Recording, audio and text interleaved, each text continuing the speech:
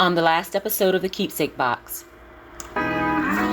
Peaches made the calls and I arranged the meeting details.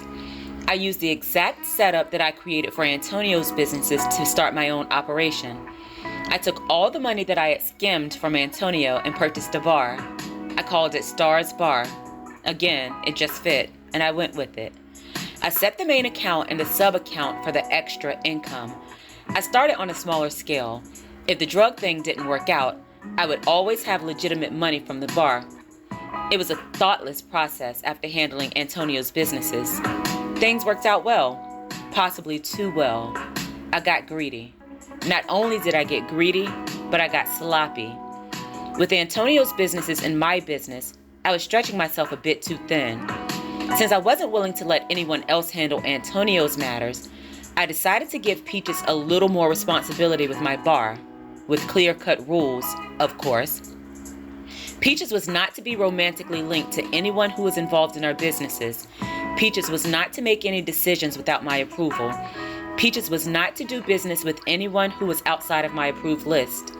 Peaches was not to break the rules. Peaches stopped stripping and came to work for me full-time. I listed her as a manager at the bar so she could have a legitimate stream of income. Peaches hadn't ever held a legitimate job that required her to have a bank account or a W-2. I wanted to build her up to the point where she could survive without Antonio upon his return. She didn't deserve to be indebted to him forever. Nobody deserves that. Peaches was exactly what I thought she would be. She did exactly what was asked of her and she never complained. Peaches and I were friends. I thought she was loyal and I felt that I could trust her. What I didn't take into account was the fact that she was also reckless and impulsive. I forgot that she was a shrimp.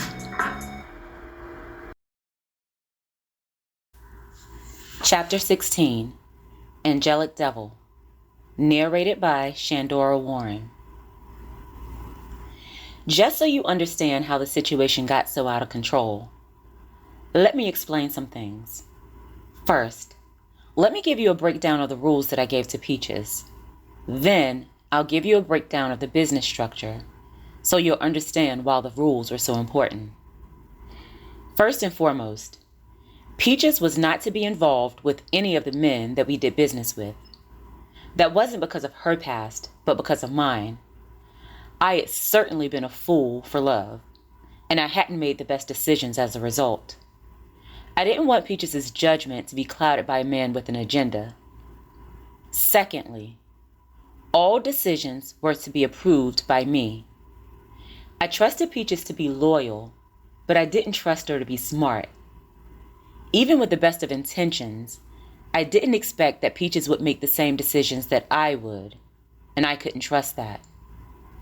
Third, Peaches was not to do business with anyone who wasn't on the list that was pre-approved by me. If anything went awry, I wanted to have a limited pool of potential perpetrators. That was the only way that I could exercise some control in the situation. I don't have to tell you that Peaches broke every one of those rules, and the consequences would be detrimental to everyone involved. Now that you know the rules, let me tell you about the business structure. Antonio and I were both point Bs. The point B people were basically middlemen within the cycle. Point A was the holder of the large quantities, and we, point B, had a contract with them. That's why Antonio had insisted that he couldn't just pause his operation while he was away. He still had to honor his contract. That's why he was so afraid. Per the routine, the point A would send their connect to us, the point B, with whatever quantities that we'd agreed upon. Upon receipt, we would distribute equal quantities to 4 separate point C connections. The process would move in the reverse for the return. The point C connections would sell their quantities and return a profit to us, the point B. We would collect the profit and use some of it to purchase more from the point A. Any money that was left over was ours to keep, and there was always plenty left over. Many people will wonder why the point A didn't just distribute directly to the point C. That would certainly have made the process a little easier. But there's something that you have to understand about the business. The Point A people attempted to keep their hands clean at all times. They weren't the average street people. Typically, the Point A only chose to deal with people who they knew to be solid.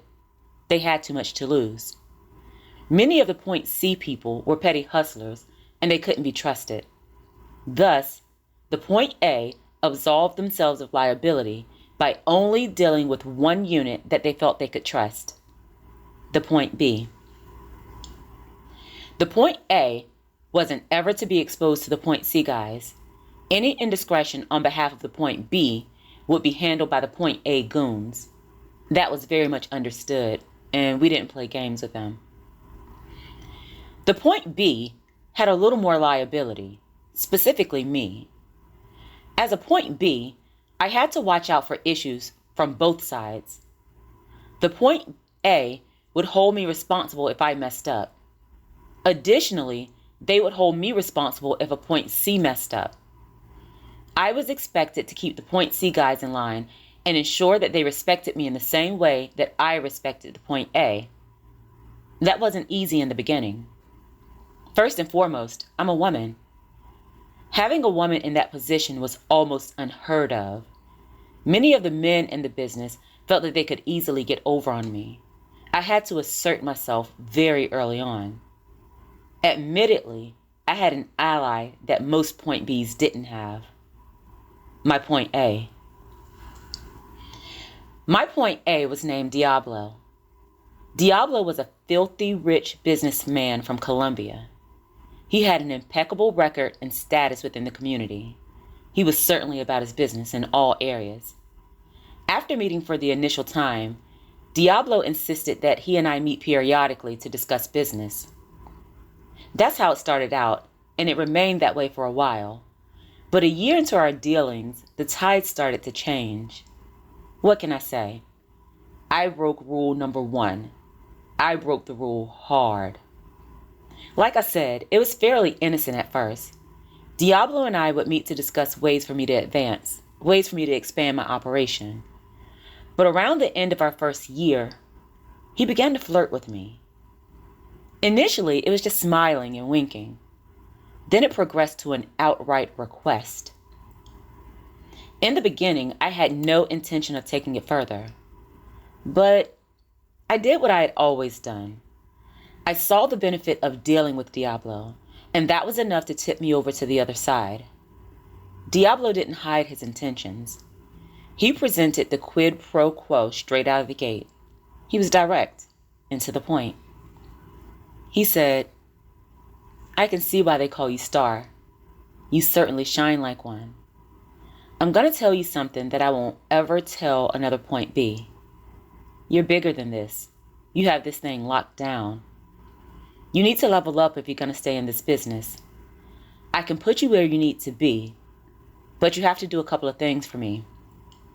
First of all, you have to replace your Point C guys. I don't like them, and I have a situation in mind that will move you along nicely. I have 3 women that can out-hustle your guys any day.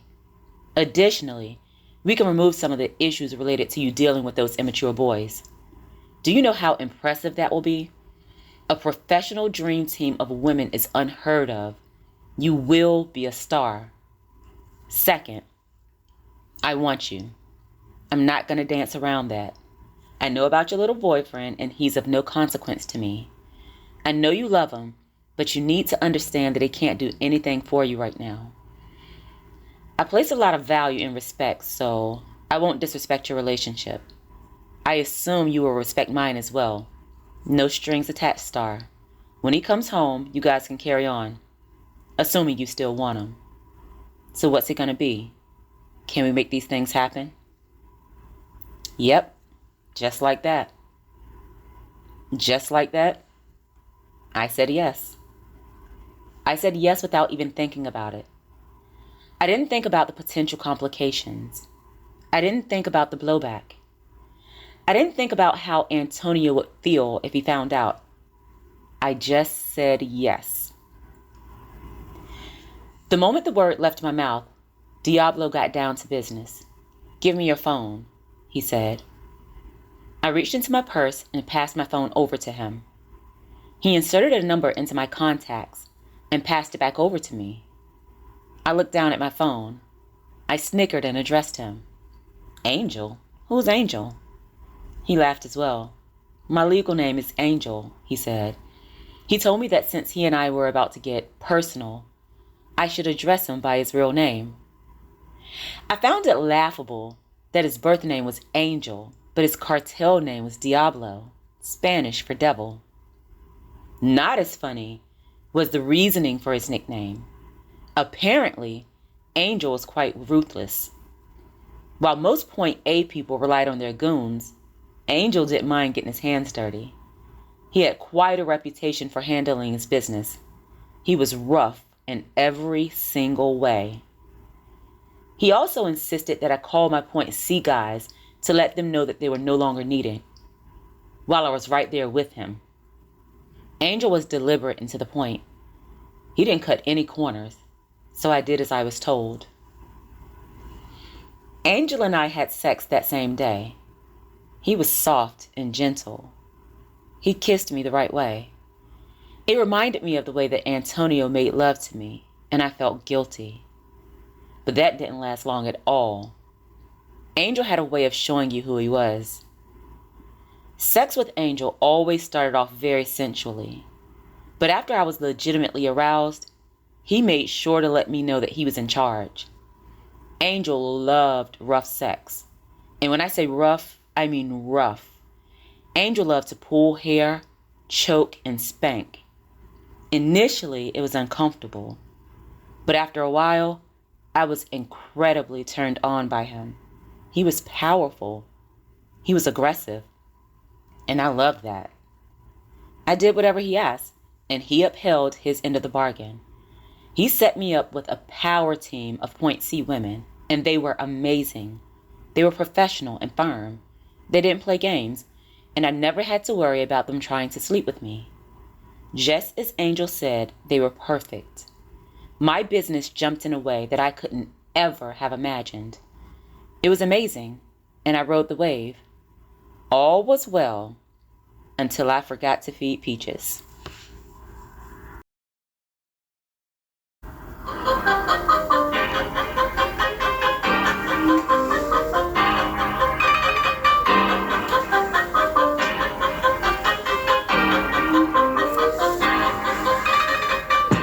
Thank you so much for listening. Make sure to follow Shenny Tells a Story on Facebook and Instagram. I'd love to hear from you. If you're interested in purchasing books by Shandora Warren, they're all available on Amazon in ebook, paperback, and some in hardback formats. Thank you for helping me to create the world that I want to see. Oh yeah, you're welcome.